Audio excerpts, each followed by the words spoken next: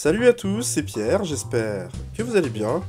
Je vais pas vous mentir, j'étais en train de regarder la Coupe du Monde de basket, États-Unis contre Nouvelle-Zélande. Bon, ça a été une boucherie. Et presque au même temps, il y avait le match d'Arsenal contre Fulham. Et j'ai regardé les deux chansons. Et j'avoue quand même qu'on a vu un superbe match à l'Emirates. En tout cas, ce qui s'est passé à l'Emirates m'a un peu plus intéressé que la boucherie qu'ont fait les Américains. Qui était quand même assez mal parti au départ. Alors franchement, Arsenal s'est tiré une balle dans le pied. Mais vraiment, ils se sont tirés une balle dans le pied comme pas possible. D'abord, ça commence par l'erreur de Saka. Mauvaise passe pour le gardien, pas assez appuyé. Et notre ami Pereira, qu'on avait vu avec Colin dans une call interview, marquer un but magnifique avec beaucoup de chance. Alors, j'ai du mal à croire qu'il voulait le faire exprès. Hein. Je sais pas ce que vous en pensez, mais arriver à penser à tirer comme ça pour prendre le gardien à contre-pied, j'ai un peu de mal à le croire. Voilà, c'est ce que je pense. Et franchement, rien de plus énervant quand t'es coach de démarrer un match avec un but à la première minute. C'est comme si le match démarrait et au coup d'envoi, bah, y avait 0-1. Et ça, franchement, le problème de ça, c'est que ça a une influence sur tes intentions, sur ce qui était prévu par le coach, etc. Peut-être que vous avez prévu de prendre votre temps, de faire des choses, etc. Et quelque part, tu peux avoir envie de te presser, etc. Et ça va avoir une influence sur ton match. Alors, je l'ai pas ressenti avec Arsenal, mais c'est sûr que ça a joué dans leur tête. Honnêtement, j'ai été impressionné sur ce match par la qualité de Fulham. C'est incroyable quand même. Dans la technique, dans les contres, c'était vraiment bon. Alors certes, je vais pas vous dire ils ont dominé Arsenal, c'est pas vrai. Arsenal a eu le ballon la plupart du temps, etc. Mais quand ils avaient la balle, franchement, ils savaient quoi en faire. Ils étaient pas amorphes ou vraiment, on voit que le niveau de la PL est vraiment impressionnant. Et puis en plus, ils ont pas baissé la tête, ils ont parfois été en difficulté. Odegaard met un magnifique but qui est refusé, mais ils ont jamais plié. Vraiment, c'est pour ça que vraiment le niveau de la PL est vraiment impressionnant. Il y en a même un du côté de Fulham là qui a failli marquer un ciseau de côté. Alors hyper compliqué de marquer un but comme ça. Techniquement, c'est. Enfin voilà, j'ai fait un bond sur ma chaise. Côté Arsenal, on a un gros problème, le déséquilibre. Malgré la qualité de Odegaard et la circulation de balles qui est vraiment très bonne, impossible de faire la différence ou de trouver des opportunités. Et ça rejoint un peu ce que je vous ai dit à la dernière vidéo que j'ai faite sur le Mercato. C'est une équipe qui a besoin d'un avant-centre. Enfin bref, du coup, première mi-temps, on va dire assez décevante, surtout que Saka a souvent essayé de passer tout seul et pas toujours arrivé. Et en deuxième mi-temps, Arsenal va revenir avec d'autres intentions. Notamment essayer d'aller plus vite dans les choix, dans la zone de déséquilibre, et pour déséquilibrer le bloc. Et bah, ça va leur permettre de marquer 2 buts en 5 minutes. Un penalty après une faute bête, je trouve, de Tété sur Vieira, mais indiscutable, et transformé par Saka. Alors vous avez vu les joueurs, c'est vraiment des gamins.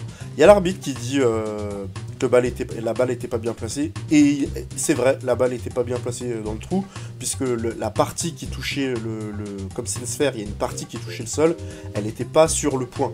Donc il a demandé à remettre le ballon, et là t'as tout le monde qui vient, oui mais regardez, nanana, juste pour se déconcentrer. Mais Saka a quand même marqué, franchement bien joué à lui. Et ensuite, une superbe action qui part, je sais pas si c'est Saka qui récupère et qui fait une passe là dans un angle compliqué sur Vieira, et Vieira une frangipane à Edin Nketiah. C'est le plus beau but du match pour moi. Et à ce moment-là, Arsenal a l'ascendant psychologique. Et franchement, je les voyais gagner. Hein. D'autant plus que peu de temps après, Fulham va finir à 10.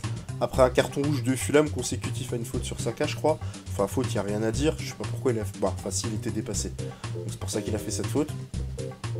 Et derrière, alors qu'Arsenal a commencé à gérer, ils auraient pu mieux le faire. Ou gagner, peut-être. Avec l'avantage psychologique d'être à 11 contre 10.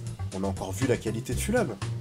On a encore vu leur qualité. Égalisation sur corner. Alors franchement, Rice, il lâche son marquage un peu facilement. Et Palhinha égalise d'un tir croisé.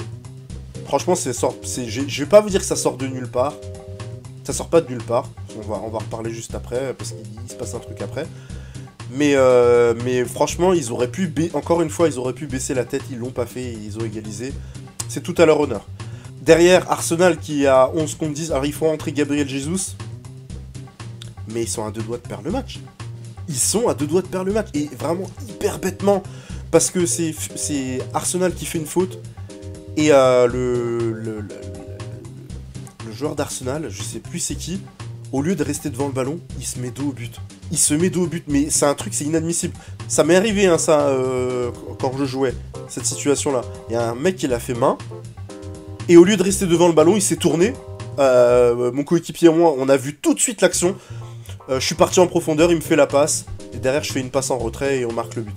Et bah là, c'est ce qui a failli se passer. Le Fulham a lancé Traoré, il est parti comme une fusée. Il aurait pu gagner le match à lui tout seul. Et finalement, son piqué a été arrêté par Ramsdale. Le match termine à 2-2. Perdre des points à domicile dans la course au titre, c'est hyper compliqué, surtout quand l'adversaire c'est City. Donc franchement, c'est une mauvaise affaire pour Arsenal et une excellente affaire pour ce Fulham. Merci à tous d'avoir suivi ce débrief et je vous dis à ce soir pour le match du PSG. Alors j'entends et je lis beaucoup de choses sur le sujet du poids. Ouais, les coachs abusent sur ça, tant qu'il est bon, c'est le plus important. La vérité sur le surpoids, c'est comme si tu prenais des poids de 1 kg, tu les mettais à tes bras et à tes chevilles, et on te dit cours avec ça, fais un match. C'est ça la vérité du surpoids. Tu rajoutes de la difficulté du match et du niveau, la difficulté du poids. Tu mets de la difficulté sur de la difficulté.